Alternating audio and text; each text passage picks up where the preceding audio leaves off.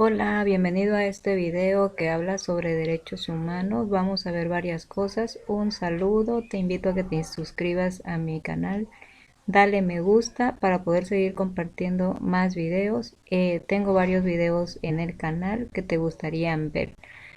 Y te invito a suscribirte y vamos a hablar el tema de derechos humanos. En la evolución histórica, los filósofos e historiadores del derecho han considerado que se puede hablar de derechos humanos hasta la modernidad en Occidente.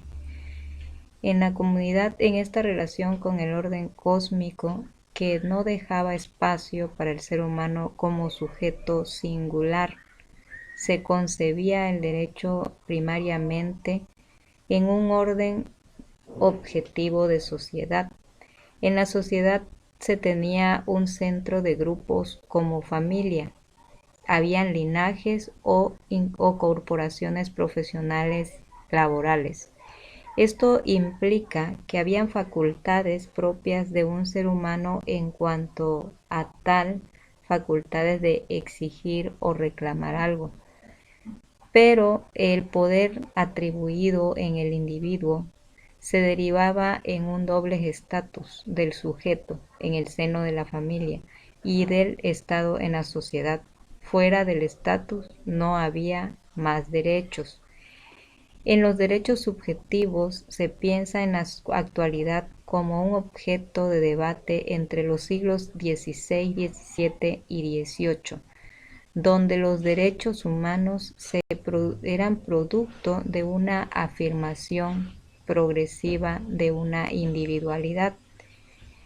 Esta idea de derechos del hombre apareció por primera vez en la lucha burguesa contra un sistema del antiguo régimen que se consideraba extendida como lo consideran autores de derechos humanos en una constante de historia.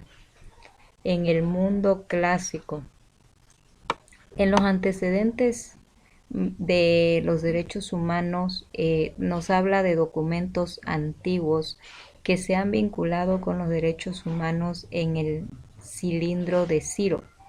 Este cilindro de Ciro contenía una declaración del rey persa Ciro el Grande, que cuando su conquista en Babilonia en los años de 1539 fue descubierto este cilindro en 1879, ya que se remontaba el cilindro en el 539 a.C. En la ONU se tradujo en 1970 idiomas oficiales. En este cilindro se enmarcó una tradición mesopotámica que había una figura de un rey justo.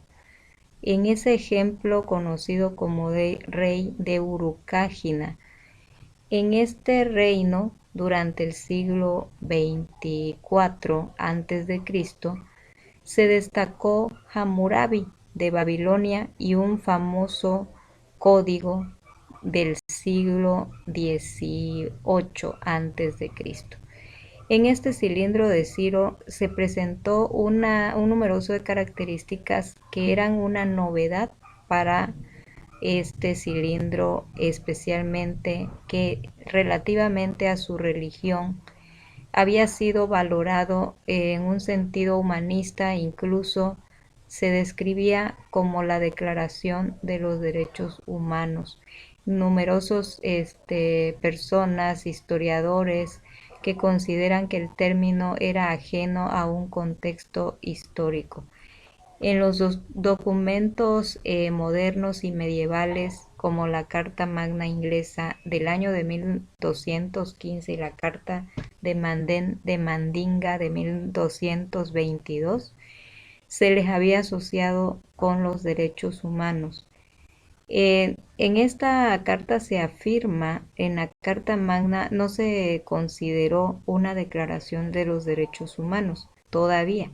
En esta época habían derechos, pero solo entre iguales, y no había un derecho universal, sino solamente se aplicaba a una clase específica. En estas no se predicaba exactamente la igualdad formal de todos los seres humanos. En lo mismo que sucedía en el imperio de Malí, en la constitución oral de la Fonga. En esa población se reflejó y se estructuraba su tribu de origen. En esta bula de oro de Andrés II en Hungría en 1222 se confirmó Fororum et Libertatum en 1283. En el privilegio de la Unión de 1287 de Aragón. En estos dos había también entre Babrante de 1356 y en estos casos se hablaba de derechos y libertades, que estos derechos y libertades se reconocieron en los pactos entre el monarca y los estamentos del reino. En estos derechos humanos, corporativos o privilegios. En la sociedad grecorromana de la antigua Grecia, llegó a construirse una nación de dignidad humana. Se requirió establecer en esto y construir una nación donde se respetara la dignidad humana y se pudiera articular en forma de derechos. En esto se extendió de las personas que pertenecieron a una sociedad como parte de todos. La única oposición de tiranía se sustentó en una apelación de la ley divina que se puso como norma, que se muestra en el mito de la Antígona, plasmado por Sófocles en la obra trágica del mismo nombre. En la sociedad griega se dividió en tres grandes grupos: los de los ciudadanos, los metecos o extranjeros y los esclavos. En este tiempo la esclavitud se consideraba muy normal, que lo reflejó en la afirmación Aristóteles. Es evidente que los unos son naturalmente libres y los otros naturalmente esclavos. Esta fue la afirmación de Aristóteles, que en sus últimos de la esclavitud, en su contexto de teorías políticas de Platón y Aristóteles, había un hincapié de bien común. Para Platón, los hombres en sociedad se configuraban en la polis. Se sobrepone que, en particular, los individuos que lo comprenden, la justicia es la salvaguarda del bien común y se expresó a través de leyes. Estos instrumentos permitían que hubiese una consecución colectiva individual en su afán por alcanzar la sociedad perfecta. Platón llegó a recomendar dar muerte a los recién nacidos deformes o encleques y matar o desterrar a los insociables. Aristóteles también en su filosofía decía que el hombre era un ser social y que no podía realizarse fuera de una sociedad o una familia, que también era subordinado el bien individual común y definir la sociedad o la ciudad como una comunidad de ciudadanos libres. En este grupo social determinado que excluía a las mujeres extranjeras, a los obreros y esclavos, en esta visión aristotélica de la justicia que afirmaba que tan justa era la igualdad entre iguales como la desigualdad entre y desiguales. Estas eran filosofías muy diferentes a lo que se plasmó ya en derechos humanos en la actualidad. fue esta sociedad la que empezó a estar practicando las diferencias sociales y por lo tanto ir observando que no era lo que la sociedad necesitaba, ya que había una desigualdad muy marcada. Esto se originó en la sociedad grecorromana con otros ideales, pero ya había una tendencia de sociedad y de ir rumbo hacia la igualdad. Ya se marcaba que era una igualdad y que era una desigualdad. Por lo tanto, conllevaba a desarrollarse la igualdad. En la época romana se extendieron filosofías del acento de la felicidad individual, entre estos el epicureísmo y el estoicismo. En el estoicismo, la razón humana de logros divinos, lo que se contribuía a concebir que el hombre era un miembro de una familia universal más allá de la polis.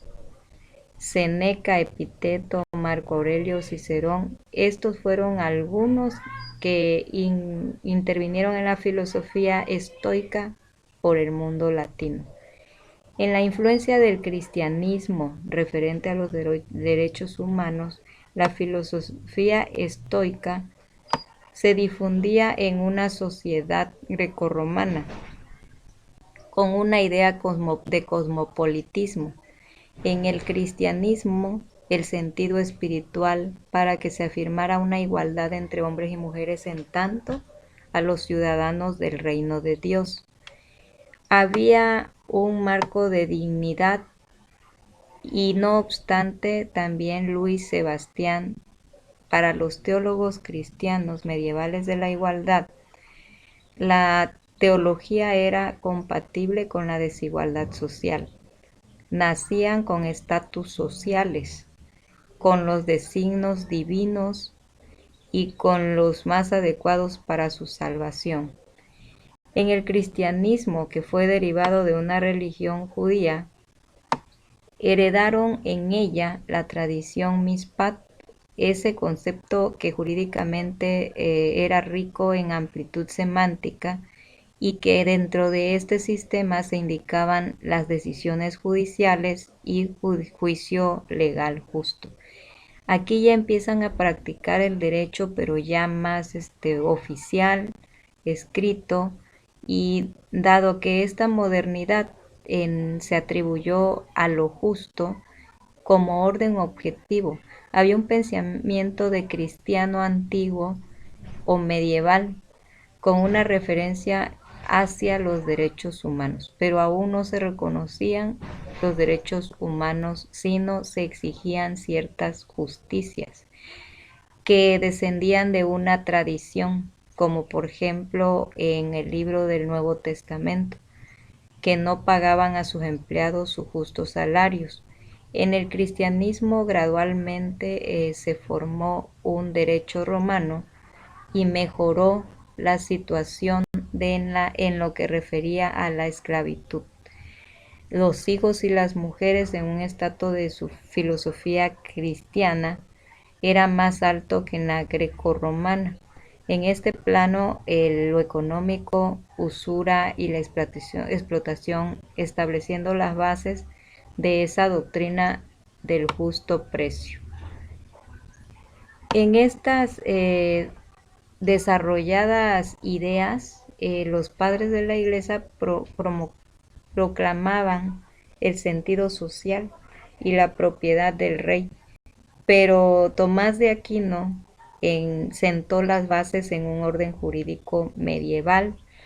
En estas ideas que se retomaban de Aristóteles y Agustín de Hipona, afirmaban en el derecho positivo que se había establecido hombres un derecho natural por ser solamente criaturas racionales y no tener ningún gobierno y no se podía desconocer. En la doctrina cristiana, dos reinos, el temporal y el espiritual. Jesús de Nazaret, ante el problema de la conciliación de intereses individuales y sociales, y Tomás Aquino, que afirmaba en su obra Summa Theologale eh, en la existencia de un conflicto entre lo social y lo individual del seno del mundo. Pero en todo esto prevalecía un bien común. Por el contrario, en esto se afectaba una esfera del ser humano y su salvación. En esto prevalecía el hombre frente a la sociedad y tenían un conflicto patente de derecho positivo y el derecho natural. El pensamiento tomista existía en un derecho de resistencia con el árbitro de los gobernantes. En la conformación del concepto, la idea del derecho subjetivo se basaba en concebir derechos humanos y se anticipó en la Baja de la Edad Media por Guillermo de Ockham, que introdujo un concepto de ius fori o potestad humana de reivindicar las cosas y como propia en juicio.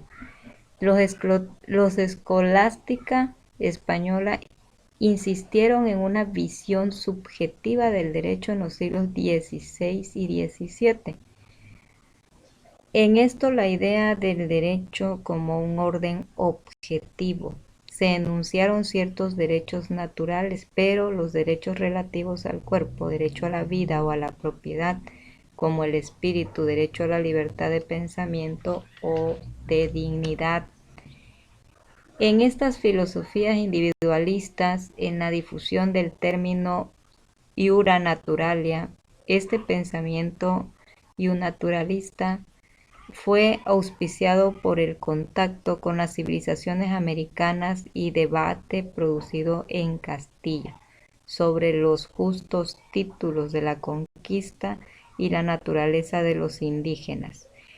También se vio reflejado en la colonización castellana de América, donde se afirmaba en las medidas que están presentes los gérmenes de la idea de derechos humanos, debatidos como conocidos como la controversia de Valladolid.